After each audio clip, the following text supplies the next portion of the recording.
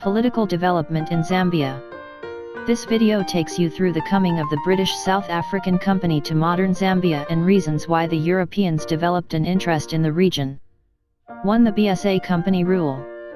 The British South Africa Company, BSAC, was established following the amalgamation of Cecil Rhodes Central Search Association and the London-based Exploring Company Ltd, which had originally competed to exploit the expected mineral wealth of Mashonaland but united because of common economic interests and to secure British government backing.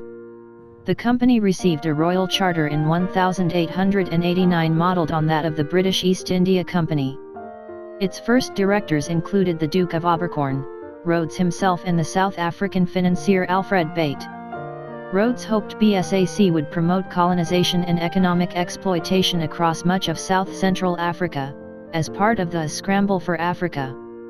However, his main focus was south of the Zambezi in Mashonaland and the coastal areas to its east, from which he believed the Portuguese could be removed by payment or force, and in the Transvaal, which he hoped would return to British control. It has been suggested that Rhodes' ambition was to create a zone of British commercial and political influence from Cape to Cairo, but this was far beyond the resources of any commercial company to achieve and would not have given investors the financial returns they expected.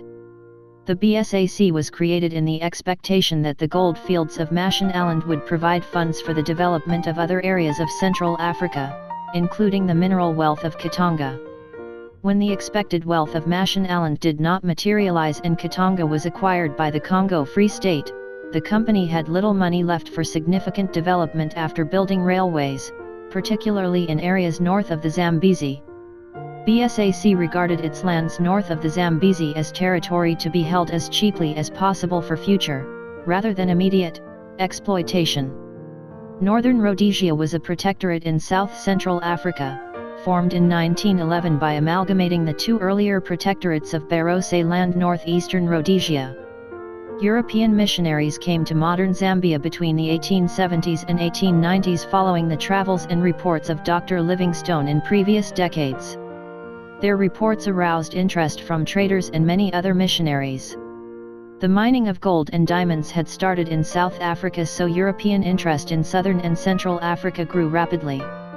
Agents of Cecil Rhodes, head of the British South Africa Company, BSAC, made agreements or treaties with chiefs in modern Zimbabwe and Zambia. Chiefs who refused to sign these treaties were fought or removed from their positions. In its quest for empire on the cheap in the late 19th century, the British government was not averse to using commercial companies to exact concessions from African leaders. This is what happened during the 1890s, when Cecil Rhodes's newly chartered British South Africa Company, BSAC, made agreements with Lewanika, the powerful monarch of the Central African Kingdom of Bulozi. The king, or Litunga, owner of the earth, anxious to preempt the threat of invasion from the Ndeb, eager to secure British protection as a modernizing force, and mindful of rival factions within his own regime, took the initiative in pressing for BSAC intervention. At first, though, the company had interest in the region, primarily floodplain on the upper Zambezi, was fleeting and fitful. Rhodes was concerned with forestalling the Belgian advance on mineral-rich Katanga, and the Loza kingdom was en route. By the time the BSAC's brash agent had reached the Loza capital of Lilliui, Katanga had been lost. Frank Lonchner, however, stayed to negotiate. In mid-1890, one of the many concessions that Lewanika signed with the BSAC over the next 20 years. The Lonchner concession gave the company the perpetual right to mine, trade, and build railways in the Loza Empire, but not within the Central Kingdom, in return for British protection, the appointment of a British resident, and an annual salary for Lewanika. The concession was allowed to lapse, in part because the BSAC became embroiled in conflict with the Ndeb, but it illuminates two significant themes in Loza company relations.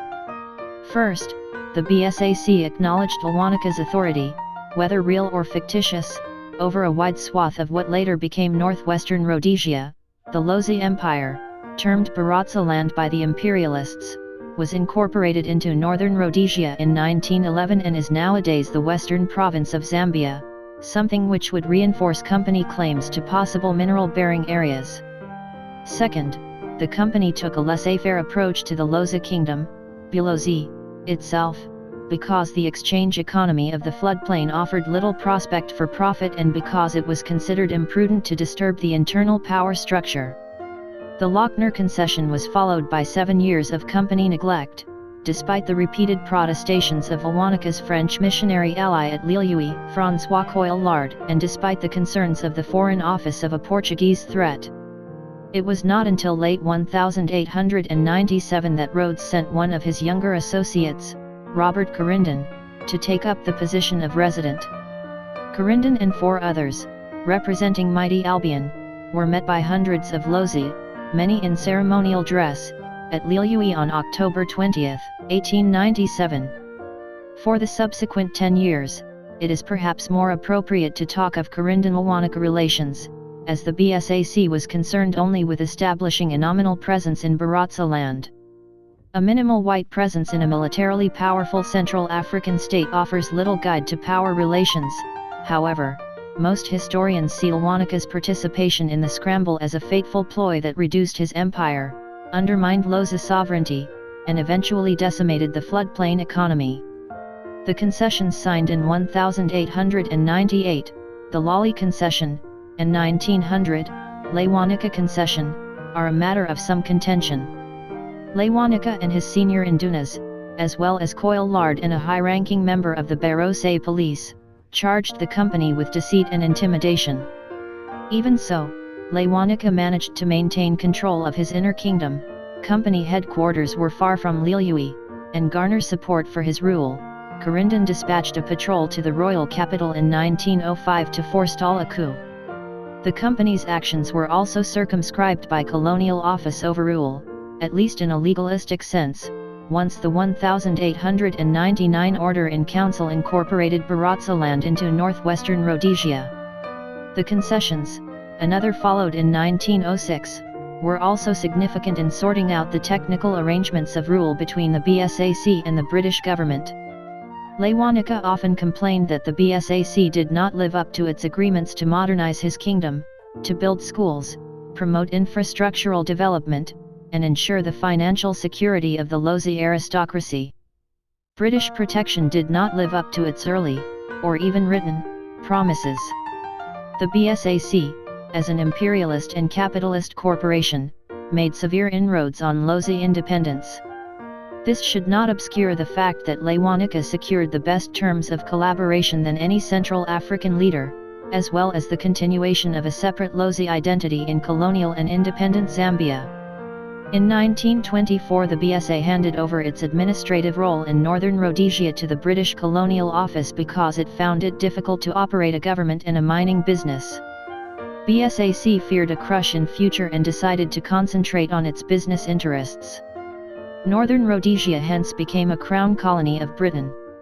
This meant that the area was controlled by Britain in a way that was meant to protect the local people.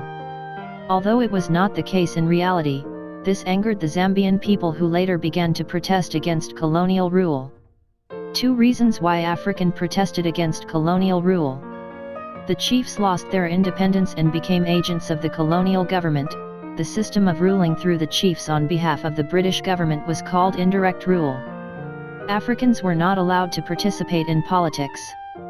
They had no right to vote and they couldn't stand as candidate in elections.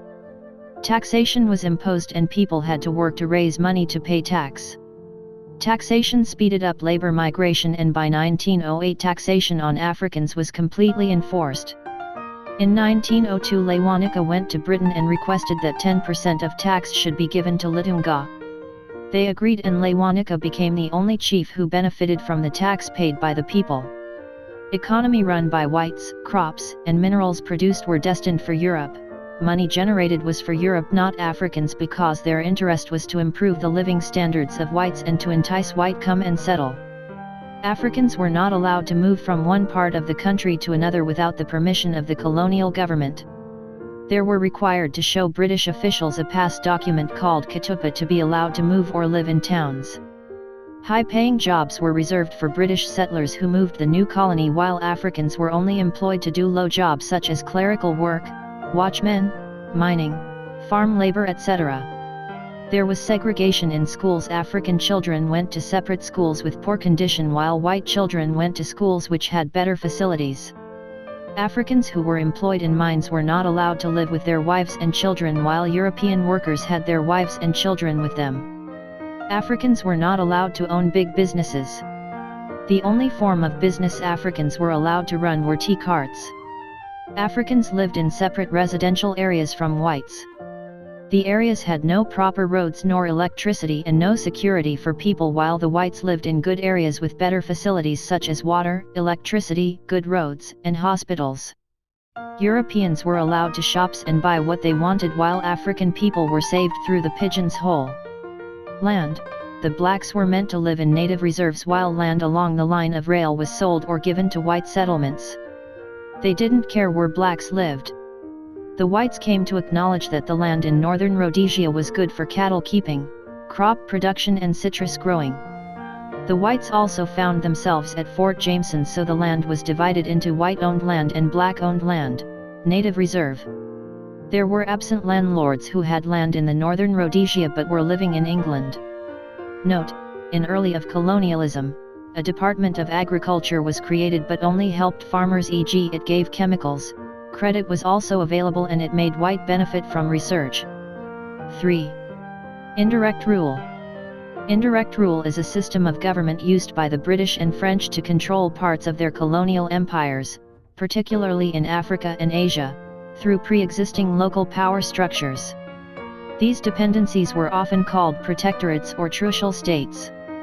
By this system, the day-to-day government and administration of areas both small and large was left in the hands of traditional rulers, who gained prestige and the stability and protection afforded by the Pax Britannica, at the cost of losing control of their external affairs, and often of taxation, communications, and other matters, usually with a small number of European advisors effectively overseeing the government of large numbers of people spread over extensive areas. The system allowed the colonies to be ruled through the African chiefs. Chiefs had authority to make rules for their own people, to correct tax, etc. The chiefs ruled on behalf of the BSA Company. Where there were no chiefs, the BSA Company itself created new chieftainships. However, the system failed in northern Rhodesia because of the following reasons. With the development of mining in the copper belt and the growth of many urban areas, people went to look for jobs and there were no chiefs to exercise control over them in those urban areas. The establishment of non-tribe organizations in the African reserved lands further weakened the authority of chiefs. The status of chiefs was reduced by the BSAC, and this made people to have little respect to chiefs. The political structure of indirect rule gave power only to the chiefs, living out the people who worked in various mines. This led to formation of welfare societies, trade unions, and political parties. The difference between an indirect rule and direct rule. In direct rule, the central government invokes a strong relationship between its laws and its citizenry. Direct rule provides for greater control, because a central authority makes all of the laws for another country, state, or province. No decisions are left to the people under direct rule. Indirect rule is a weaker form of government, because it allows some of the local people under appointment to make decisions regarding the codification of the law. Usually, administrative and social laws not pertaining to the ruling authority's interests are left to the citizens under this system. The central authority has less control over the outcomes of these laws under indirect rule. One of the most well-known examples of indirect rule is the British system of governmental rule in the countries of Nigeria and South Africa in the late 1800s.